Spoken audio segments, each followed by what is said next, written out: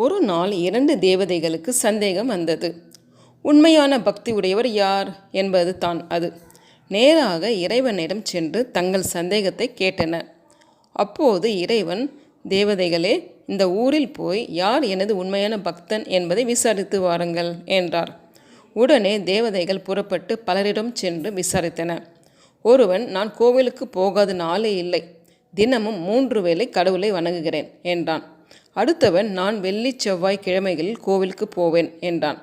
மற்றவன், நான் வாரத்தில் ஒரு நாள் நிச்சயம் கோவிலுக்கு செல்வேன் என்றான். இன்னொருவன், எனக்கு கஷ்டம் வரும் சமயத்தில் கடவுளிடம் முறையிடுவேன் என்றான்.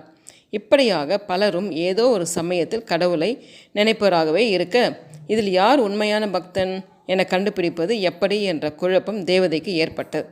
அப்போது அந்த வழியே அவசரமாக சென்று கொண்டிருந்த ஒருவனை நிறுத்தி, ஐயனே, உனக்கு கடவுள் பக்தி உண்டா?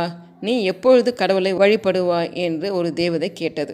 அதற்கு அவன், எனக்கு கடவுளை நினைக்க நேரம் இல்லை, அவசரமாக சிலருக்கு உதவி செய்ய வேண்டியிருக்கிறது, நான் போகிறேன் என்று பதில் கூறிவிட்டு ஏழைகளுக்கு உதவிட அவன் விரைந்தான். தேவதைகள் கடவுளிடம் திரும்பி வந்து நடந்ததை அப்படி விவரித்தன. எல்லாவற்றையும் கேட்ட கடவுள் மௌனம் சாதித்தார். தேவனே, உண்மையான பக்தன் யார் என்று கண்டுபிடித்து விட்டீர்களா என்று கேட்டான். கண்டுபிடித்து விட்டேனே என்றார் கடவுள். யார் பிரபு?